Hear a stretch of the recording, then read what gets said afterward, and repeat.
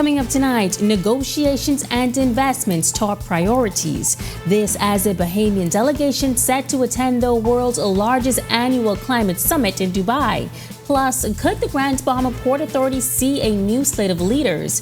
This as the relationship between the port and government remains rocky. And later, our Berthany McDermott talks one-on-one with a Bimonite craftswoman, turning challenges into triumphs. These stories and more as Our News Weekend starts now.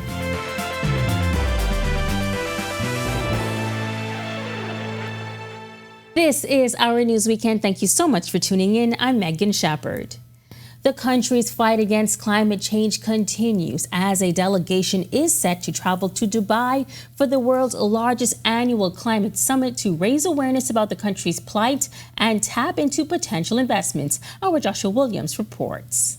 The 28th Annual United Nations Climate Change Conference, more commonly referred to as COP28, expected to provide a platform for negotiations and investments for countries contributing to and struggling from the devastating impacts of climate disasters.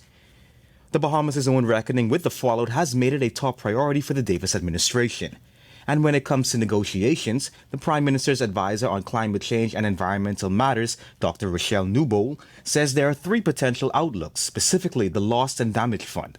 One being loss and damage, two being the technical assistance that will be offered to countries within the loss and damage space, and three, following up on the issues of global stocktake. We had formulated a transitional committee that has been working throughout this year so that when we get to COP, there are very few things that we need to discuss in order to get that fund up and running. The two main issues that we need to concretize during that is the proposed voluntary nature of the funding that would be provided to that fund, and two, who will host the actual fund. Then there are the potential investment opportunities, including current projects. We will also be unveiling the Bahamas Sustainable Investment Program. And this is a financial investment, something that was worked on from last COP, where we engage in direct conversation with our partners in the UAE, partners in the private sector firms like Ocean Society and others. And so we are now getting ready to move on a slew of projects and undertakings that will occur in short order in 2024. Last year, the Bahamian envoy at COP27 consisted of some 70 delegates, including a large number of young Bahamians. But this year, Newbold says that number will be reduced, although the fight continues. Unfortunately, due to security concerns at this year's COP, we will not be able, to the disappointment of both the Prime Minister and the youth at large, to take our youth there. This is a direct cause to the fact that we can't replace them. If anything happens, we are unable to replace them. And having a large delegation would make it difficult should there be a need for us to pivot and leave that region as quickly as possible. And we are not willing to take that risk. Reporting for Our News, I'm Joshua Williams. Thanks so much, Joshua. Well, it seems things between government and the Grand Bahama Port Authority are still rocky. That, as the Prime Minister shared it this week, that the port still is up for consideration. Our Sasha Lightbourne has the story. There has been much back and forth between government and Grand Bahama port officials over the past few months. Prime Minister Philip Davis has gone on record explaining the port hasn't done enough for Freeport to flourish. In fact, he says he's still waiting to hear from port executives on a matter that should have been resolved last month. There's a matter we were discussing. They ought to have gotten back to us by the end of October. Unfortunately, things have happened, so I've not been able to pay any particular attention to it. But after this event tomorrow and early next week, we'll be back at the table to see exactly where they are with what we have done.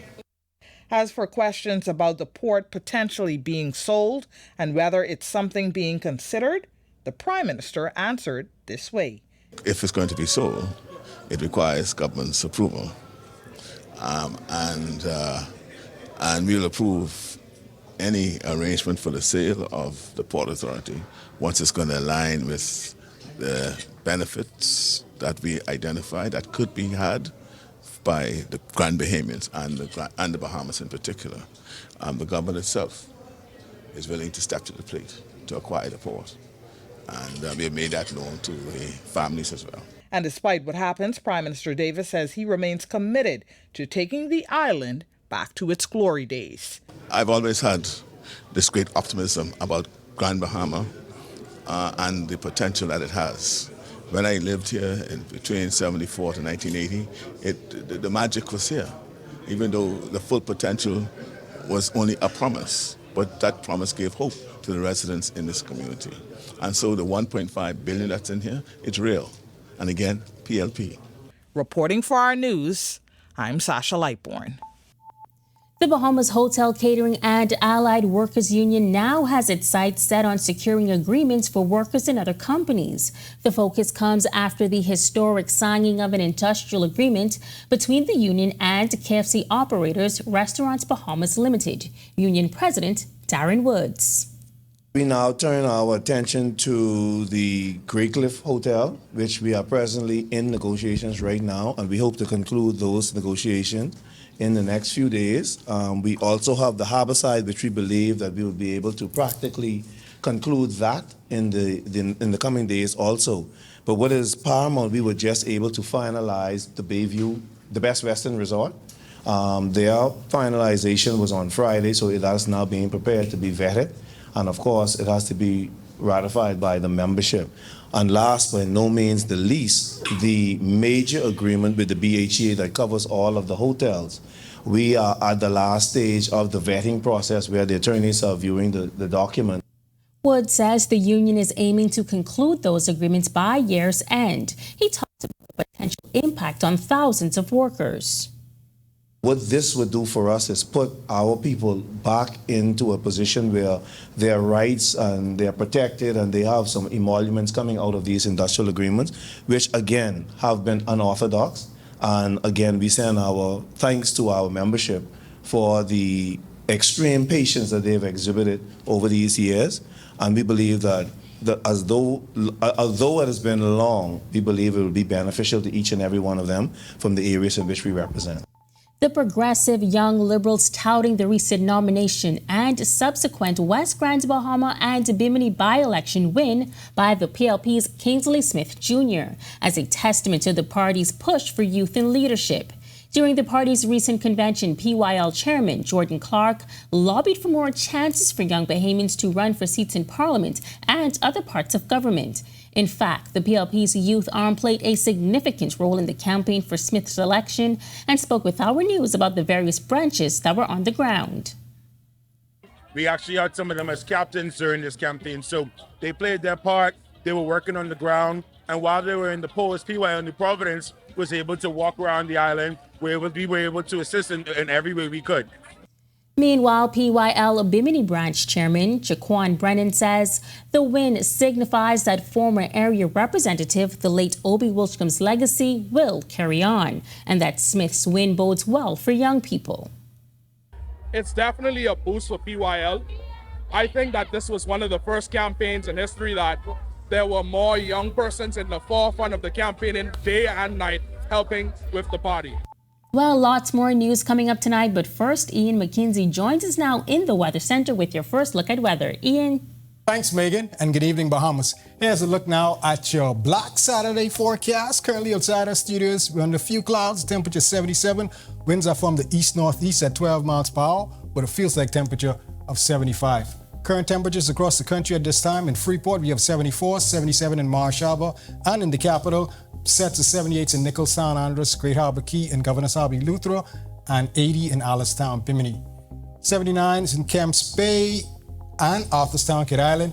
Pair of 80s in Georgetown and Denman's Key, Long Island. Cool spot, Coburn Town at 78 in San Salvador. Southeast Bahamas, we have 82 in Duncantown and Delectable Bay, as well as Providenciales and Matthewtown and Nagua. A pair of 81s in Colonel Hill, Crooked Island, and Abrahams Bay, Miaguana. Here's a look now at your satellite and radar composite, where we have some cloudiness across the extreme northwest Bahamas. This is all associated with a frontal boundary. Stick around for extended forecast. We will tell you more about that front and your tropical weather outlook. Still to come on Our News Weekend, Rev Media and the Kiwanis Club partnering to take their charitable efforts to the Overhill community. Plus, they've been helping girls in the community for over 100 years. Now, the Girl Guides Association is in need of your help. That's coming up when Our News Weekend returns. Doctors Hospital has reimagined primary care. We have invested to improve our health system, ensuring that accessible, affordable, world-class clinical care is closer to you.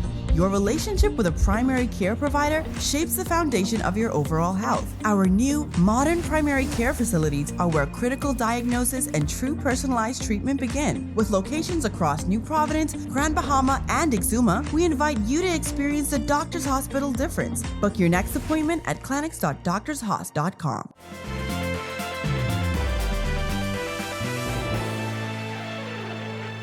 A bit of rain this past Thanksgiving Day, but that did not stop the Rev Media Department and the Kiwanis Club of Over the Hill from going into that community and giving back to 3 families in need. Club President Dominique Roll says this is the first Thanksgiving initiative for the club, but it surely won't be the last.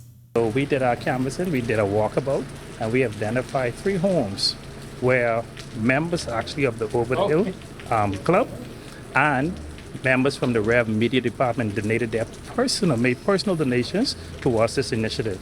So it's the times like this, during Thanksgiving Day, that we like to put ourselves in a position to give back. We do it on a large scale on numerous occasions where we will go into communities and give to hundreds and hundreds of homes. But today, we identified 3 homes that we can provide these donations, canned goods and cleaning supplies. Vice President of Rev Media, David Burrows, touting the effort as part of the Cable Bahamas group of companies' commitment to community service year-round. One of our mandates as an organization is to work within the community. Every employee in our company is challenged as part of their regular work to work within the community, and that is part of the Cable Bahamas group of companies, whether it's Alive or Rev Media, Alive Business. It's all about giving back to the community in terms of what is our service as we are here in the Bahamas. It's giving back to the community. Recipients Eleanor Sandilands and Crystal Roll both grateful for the timely donations. They shared how much it means to the community when Corporate Bahamas steps in to help. I appreciate the gifts that y'all brought along with me. It will help me a long way, and I appreciate it very much. So you're from the Kiwanis? On behalf of myself and my family and my time of grieving, my mom just passed. We'll be burying on Saturday coming. I would like to thank Mr. Dominic, the president, and the Rev candidate, the Rev person. Thank you so much. I appreciate it. It's just been a good help to me and my family. I really support you guys and the good hard work you're doing. Thank you. Well, the Bahamas Girl Guides Association has been shaping the lives of young women in the country for over 100 years. Now they're almost finished a new headquarters, but they need a little help getting across the finish line. Our Marlena Leonard has the story. That work has culminated in the Bahamas Girl Guides Association's new headquarters on West Bay Street. With 6,200 square feet of space, the project is budgeted at $1.4 million. But architect Alvin Roll says that's not all. For a very long time, we realized that we had outgrown our present headquarters, and to meet the needs of the 21st century, we needed a more modern and accommodating facility. As our motto says, be prepared. We embarked on a fundraising mission a number of years ago to raise the necessary funding to construct such a facility. This building that we are in today is the result of our efforts to date. While it is not complete, we are grateful for all the financial support we have received thus far. This week, the Sandals Foundation donated $100,000 to the Bahamas Girl Guides Association toward the completion of their headquarters. And Sandals Royal Bahamian Hotel manager Nick Abruscato challenged Corporate Bahamas to also help contribute to the cause. Now, that $1.4 million does not include the cost of the elevator, the generator, and site works. We thought it best to omit those in the first instance because the demand for the space is very critical. We need the space, we need the use of the facility now. Today, we are looking to raise funds, some to the tune of $200,000, which will assist us in moving into this building. Roll says if you can't give money, there are furniture companies, other companies in the Bahamas, I'm quite sure, who will hear this. Rather than making a cash contribution, you may be willing to offer us 18 bunk beds and 2 suites. You can deliver those during Christmas. Because we are ready. Okay? So we really need those bunk beds, and we need a stove, and we need microwave ovens. So those are the things that we can, and a washing machine, we can use those things immediately. Reporting for Our News, I'm Marlena Leonard. Thanks so much, Marlena. Well, a third-generation entrepreneur, 27-year-old Fredria Black says she always knew she would be a business owner, but what she did not know was that her passion would lead her to the beauty industry. Black started helping other lash technicians get certified while living in Missouri in 2016. 6 months later, she tried her hand and admits she got off to a rocky start.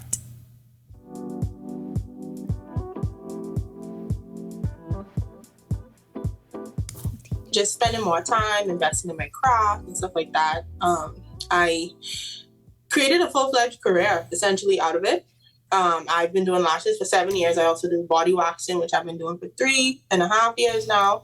And then I do facials and stuff like that. I just graduated esthetician school in May of this year. Now the owner of Mink Mansions for some 7 years, Black says she's proud of her growth.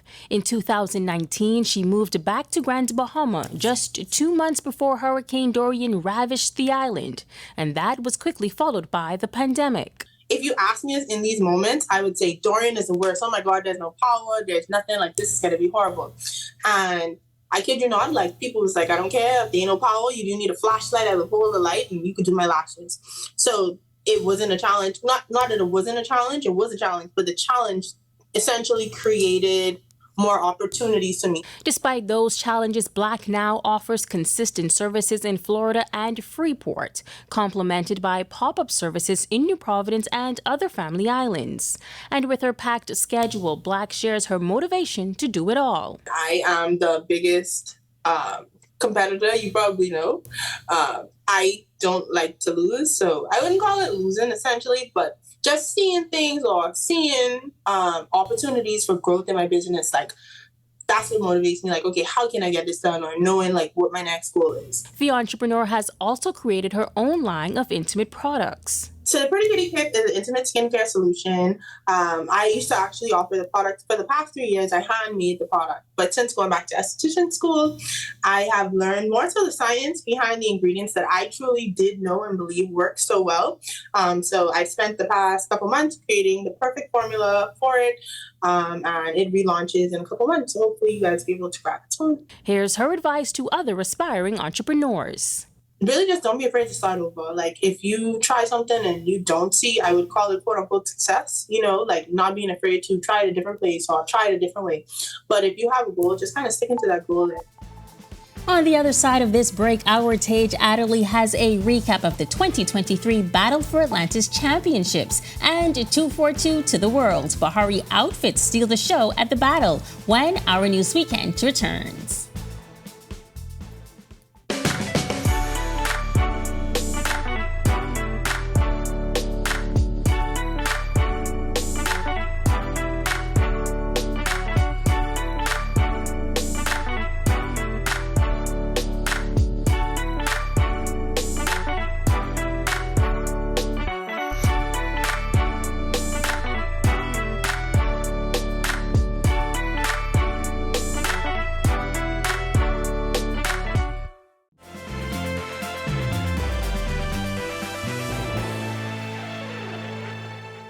Welcome back. The 2023 Battle for Atlantis is now in the history books, and Villanova University is headed back to Philadelphia with the title. Our Tage Adderley was there. The Wildcats went up against the University of Memphis Tigers in the B4A final yesterday, prevailing 79-63. The Cats led for most of the game, going up by as many as 31 points at the beginning of the second half. Nova shared the love offensively with all starters in double digits. Tournament MVP Eric Dixon had 11 points and TJ Bamba led the team with 13. They locked up defensively, holding Memphis to 35% shooting from the field, including a sub-15% clip in the first half. Coach Kyle Neptune spoke on his team's defense. Yeah, our guys came out, played extremely hard, especially defensively. I think we've gotten a lot better defensively over the last week or so. So we're really proud of our guys. Now, Memphis did manage to go on a furious run in the second half, bringing the game to within 13 points. But Nova was able to withstand and put the Tigers away. The B4 victory is the first for Coach Neptune in his second year leading the team, and the third for the Cats overall in 3 tournament appearances. The last time they won the battle in 2017, they would go on to finish the season as NCAA national champs. Let's see if they can keep that trend going. For Our Sports, I'm Tage Adderley. Thanks so much, Tage. Well, if you've attended any of the Ole Miss women's basketball games at the Atlantis Imperial Arena this past week, you would have noticed the coaching and support staff dressed in Bahari. Head coach Gillette McPhee-McEwen, who hails from Grand Bahamas, says she always wants to represent for her home and her people. But it wasn't easy. The team had to get permission from one of the largest athletic brands in the world, Nike. Shout out to Nike for giving us permission because we're supposed to wear Nikes. And obviously, we love Nike. We wear their shoes. But the coordinator, Mike Egan, understood how important it was for me to represent for my country. And Coach Yo says it has a lot to do with her pride and respect for the Bahamian culture. I have a respect for culture, period. So no matter where we are, I would like to pay homage to the culture, but obviously the Bahamas. So yes, we supported the straw market. This year, we decided to go with Bahari, and we've been getting compliments. So even if we didn't win, we would be the best dressed team. Well, when we come back from the break, how a craftswoman on Bimini turned a setback to a success. Her story still to come when Our News Weekend returns.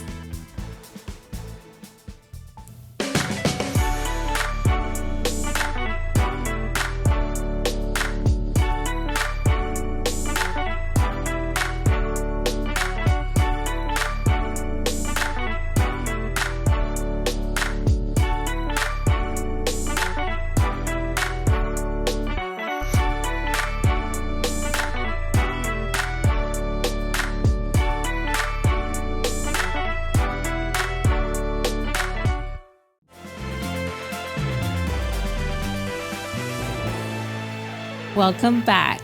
Beautiful sunny skies this Saturday afternoon. Ian McKenzie is back with your check on extended weather forecast. Ian. Welcome back, everyone. Thanks again, Megan.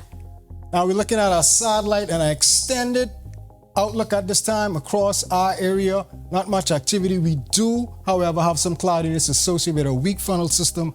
That should give us 1 or 2 showers throughout the course of the night and possibly even into tomorrow. Well, to the northeast of us, we're looking at a non-tropical area, and that has only been given about a 10% chance for possible development.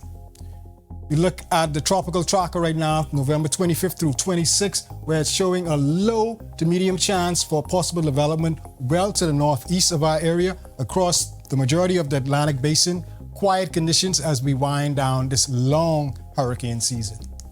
Boating forecasts for tonight and tomorrow in the northwest and central Bahamas. Winds east to southeast at 10 to 15 knots. Seas 2 to 4 feet. Low tide 12:11 a.m.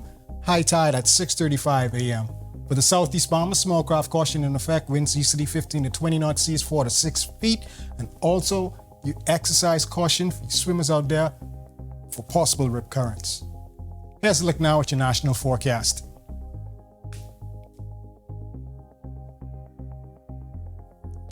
And in your extended forecast, as I mentioned earlier, we may see 1 or 2 showers, and that may be courtesy of that frontal system as it sags across the area. Gradually clearing conditions expected. Look at midweek, we have a frontal boundary that is expected to cool things down. Brief, however, but we're looking at those temperatures to dip into the mid-70s during the course of the day, gradually climb through the rest of the week. So we're looking at low temperatures around the low 70s and even possibly seeing dip into the 60s.